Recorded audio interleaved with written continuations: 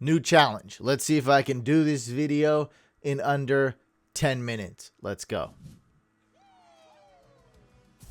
What's going on, fantasy football fans? I'm your host, Hussein the Brain, and you're watching The Couch. Make sure you subscribe. Make sure you hit the bell icon. Trying to get to 50K. Let's do it, baby. These are the Week 12 fantasy football waiver wire pickups at every single position. Quick reminder, we do have two teams on bye. That's the Cardinals and the Chiefs. Bye weeks are almost ending. Fantasy playoffs are about to begin. Moving on to quarterbacks. Really, where do we want to kind of cut this off? Maybe the top four. Top four is good. After that, we don't really know. And you know what? I'm gonna move Carson Wentz up here. Right here. I got him right here. There we go. I don't know what I was thinking with that. So at number one, we got Derek Carr going against the Cowboys. Wentz going up against the Bucks. Little bit, I mean, not the best pass defense. And then he's going up against the Texans the very next week. Cam Newton is now a real viable option in fantasy. Number four, we got Taylor Heineke going against Seattle. And then it gets pretty messy after that. None of these quarterbacks you can really rely on. Daniel Jones going against the Eagles. Tyrod Taylor going against the Jets. T-Law going against the Falcons. And oh boy, Jaguars just keep losing more and more players. They lost ETN. Now they just lost Agnew. They lost DJ Chark. I think around week 3. It's been really bad for the Jags. And then we have Matt Ryan in that same game. Zach Wilson is likely to start going against the Texans. Jimmy Guap going against the Vikings. Mac Jones, really good quarterback. Not a high ceiling, though. Not a lot of rush yards. Not a lot of touchdowns. Not a lot of big plays for the Patriots quarterback. Then we have Tua, Teddy B. Andy Dalton is likely to start.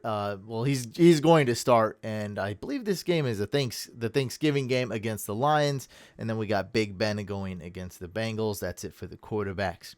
For running backs, number one, surprise ad. I'm coming out with this video late, and hey, there's at least one good reason. I'm adding Dontrell Hilliard to this list. Adrian Peterson. He might come back to the team, but he's cut from the squad, and they might put him on practice squad. I don't know. It was a weird cut. I expect him to come back because they're kind of short on running backs.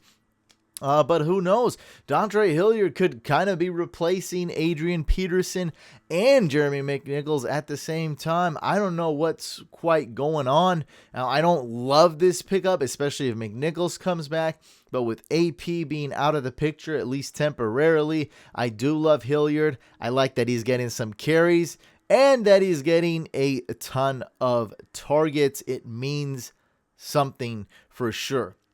Not far behind is Latavius Murray, the RB2 for the Ravens. Devontae Freeman is the RB1. Number 3, we got Michael Carter injured, going to be out multiple weeks. And so I put Tevin Coleman / Ty Johnson. I like Ty Johnson. I hate Tevin Coleman, but maybe the coach disagrees on another day. And look, I don't know which one's better. I'm going Ty Johnson myself personally over Coleman. They're playing the Texans, by the way. Then we have Sony Michel. Jamal Williams is back, but nobody noticed because he didn't really do anything. Kenyon Drake and DJ Dallas, number 2 running back for the Seahawks. At least that's how I'll think about it. Keep in mind, guys, the Seahawks every 3.5 weeks.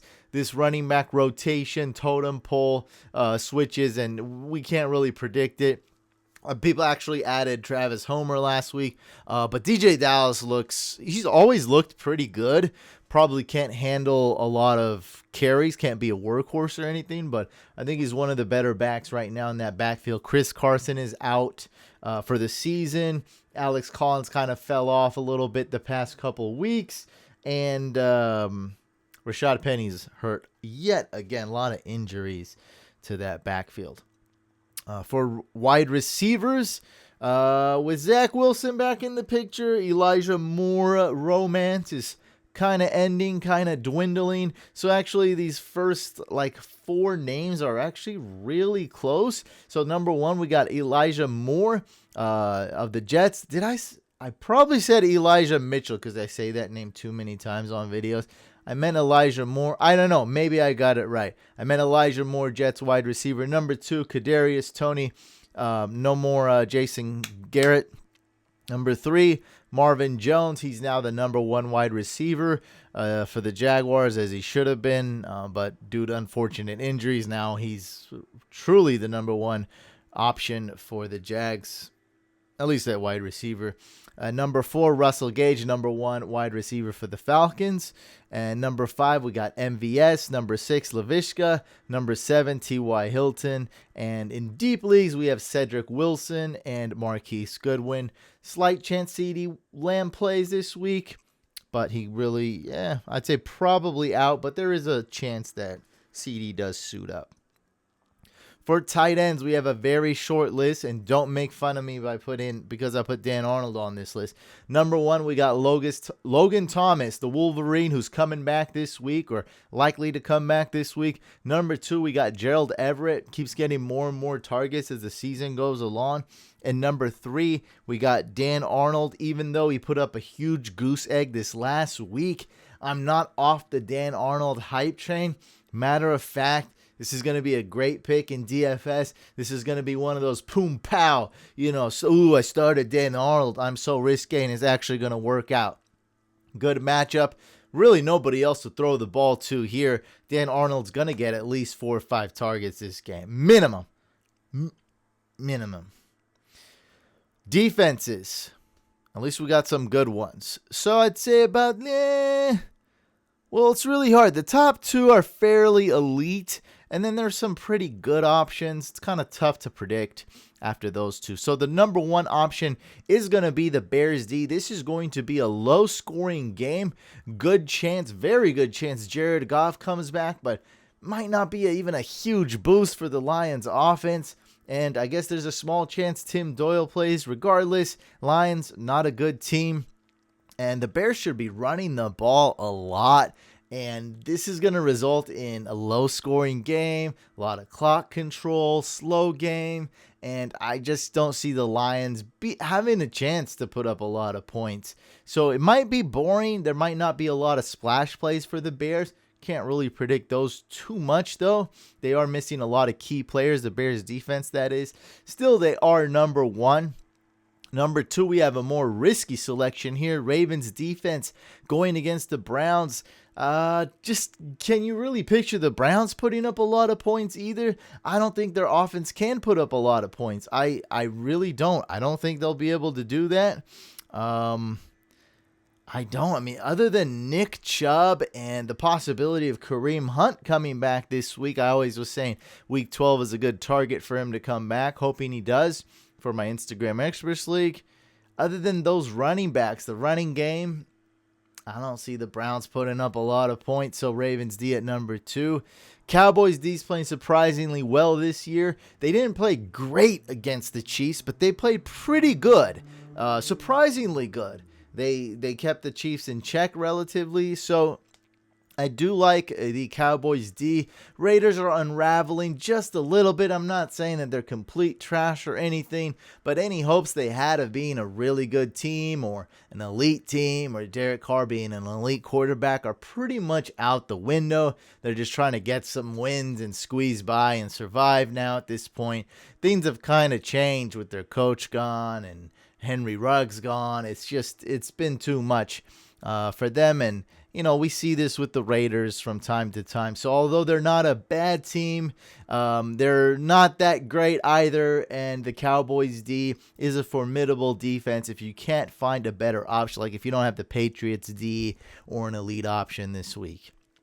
Then we have, and now it starts to get really close here, really risky, kind of hard to predict these ones. Panthers D going against the Dolphins, Texans D going against the Jets. Sleeper defense this week. I actually ranked them around number 9 or 10, and I've been moving them up because there's not a big difference between the Texans D and, let's say, the Bengals D this week. Bengals D is solid this week, but the Texans going against the Jets, they can make a lot of mistakes, especially with Zach Wilson playing. And Texans D is right around average. Last 2 games, actually, they've completely balled out. 17 fantasy points each of the last 2 weeks they played. That's pretty dang good. Forcing like over half a dozen turnovers. Like, they've been really good. And so I'm ranking them number 5. When you're playing against the Jets, good things can happen. Also, no Michael Carter, one of the best or more reliable weapons on that Jets offense. Anyway, number 6, Dolphins D going against the Panthers. Number 7, Chargers D going against the Broncos. Number 8, Eagles D. 9, Bengals D going against the Steelers. 10, Washington football team defense. 11, the Jets. And wow, we have teams lower than the Jets. That's could be a mistake. Lions D going against the Bears in a low-scoring game. Falcons D and Jaguars D in the same game.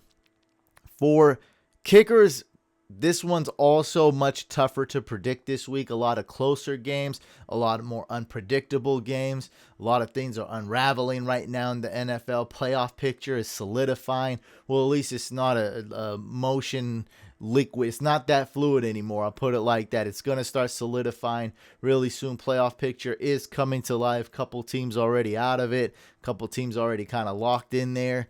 And we'll see what happens. A lot of injuries as well. So these top 3 options I really like. And I'm going to say the top 7 to 8 is pretty reliable. Let's just make it 8 just because I'm a huge McPherson fan. So yeah, you want to get one of these top 3. If you can't, try to get one of these top 8. I'll put it like that, kind of give you some tiers. So number 1 is Greg Zuerlein, then Robbie Gould, then we got Nick Folk. That's your tier 1. Tier 2, we got the Rams kicker, Matt Gay, Bucks kicker, Ryan Suckup, Younghoe Koo, that's the Falcons kicker. And then we have the Texans kicker, Kaimi Fairbairn. And number 8, we have Evan McPherson. That's the end of tier 2. And then in deeper leagues, we have the Eagles kicker, Jake Elliott. We got Raiders kicker, Daniel Carlson. Oh, that's another teardrop here. I guess Bears kicker, Cairo Santos. That's you don't want that. And number 12, we have the Giants kicker, Graham Gano, who I think's pretty dang talented, pretty skilled, just in a bad situation. But this week, I wouldn't hate to start Graham Gano. And wow, that's it. We finished. Don't know if that was 10 minutes, but hey, we got pretty close. We're going to end it around 13 minutes, it seems like. Guys, make sure you subscribe to both my YouTube channels, Fantasy Couch and Fantasy Couch Podcast. We have 2 YouTube channels. Please subscribe to them. Follow me on social media at Fantasy Couch, and we'll be coming out with more videos. Look, playoffs are coming. When's fantasy playoffs start this year? Week 15. So make sure you get a spot. And if you got the number 1 seed, don't be complacent. Just keep grinding. Stay hungry. Even if you're 10-1 or 11-0, stay hungry. I'm telling you. All right, guys, let's go get that W this week.